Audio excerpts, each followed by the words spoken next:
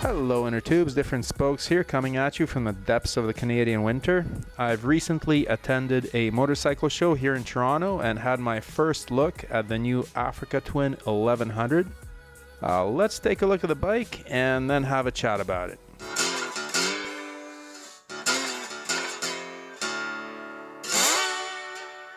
Honda has always done things its own way and preferred to blaze the trail rather than follow another's lead. In 1969, they crushed the rest of the motorcycle world with a brilliant four-cylinder machine. They invented the heavyweight motorcycle tourer, and they championed the V4 engine before anybody else was making them. Even today, their 650cc motorcycle is the only four-cylinder in the class.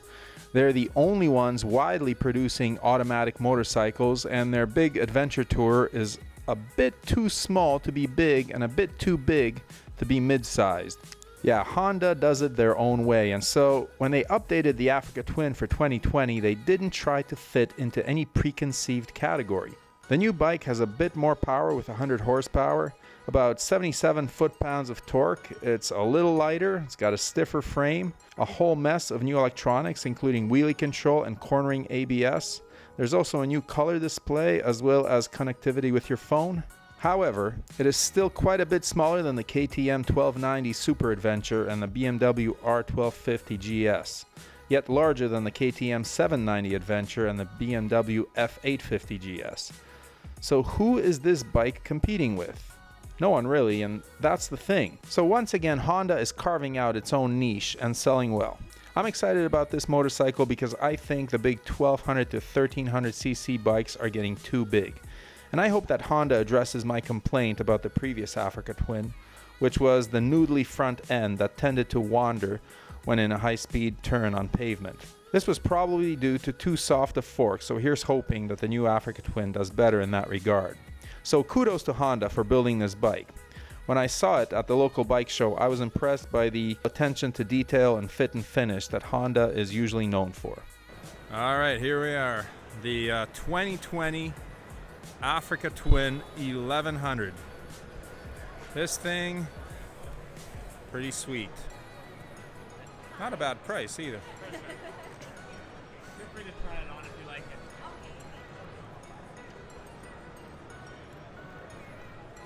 So a little lighter, a little better suspension.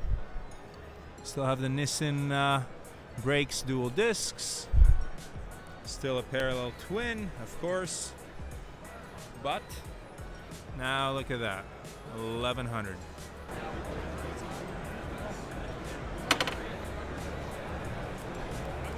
All right. Look at that, I'm flat-footing it. Fairly low seat. It's a big bike though, it is a big bike.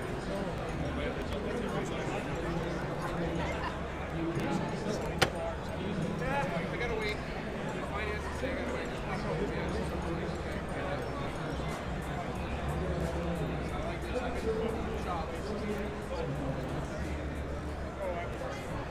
The screen is different.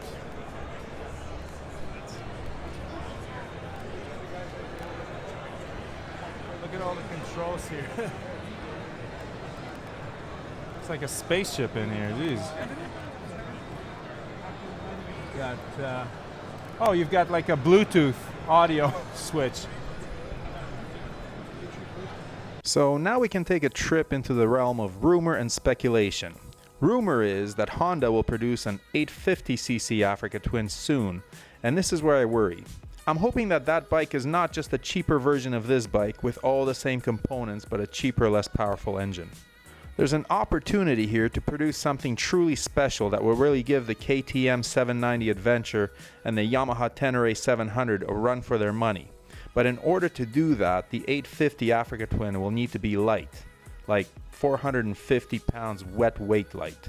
This is a tall task, but Honda is a huge company and they have the resources to do this. An ultralight Africa Twin that could cross a continent and then ride some technical dirt would sell like hotcakes.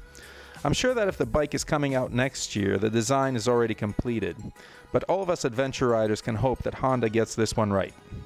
Now, in addition to the Africa Twin, we also checked out some other Honda adventure bikes at the show, and here are some of the highlights of that.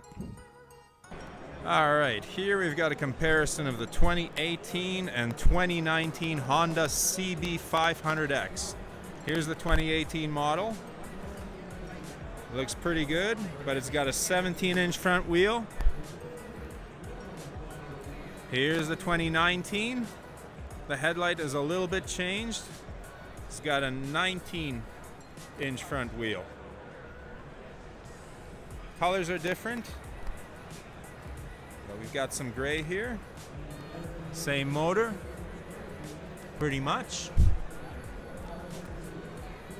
The dash is upgraded on the 2019 versus the old school 2018 dash, like on Brooks' CB300F. Seats look about the same. Slightly different maybe. Grab rail is about the same. The 2018 is lower because it's got smaller wheels.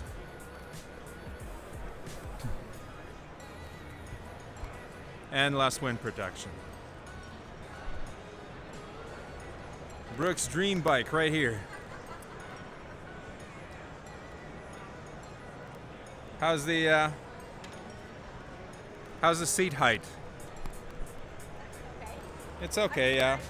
Balls of your feet. Yeah. The balls length. Mm-hmm. Yeah. So I'm not tippy-toeing it. Yeah. It's a nice seating position. Like, it's nice and upright. This is the new one with the bigger wheel. Longer travel suspension on this one too. That's why it's higher.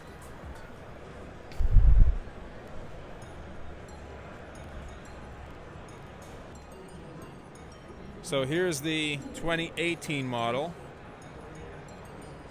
It feels a little bit lower. I can put my feet down you're flat footing it. Not so much. Almost. Not almost. But the seat does feel a tad wider. I'm not sure if that's the case. Yeah, I think they probably made the other seat narrower because they made the seat height higher. Yeah, so. yeah. Well, this one looks nice too, but Yeah. it's not as nice as that one. Well, You can see LED signals on the new one and old school signals on the old one. This 17-inch front wheel does have an off-road-y tire, but it's not going to go as well as that one off-road. 19-inch front wheels just do better. Honda CRF Rally. Sort of a off-road capable small touring bike with a little nice chunky tires.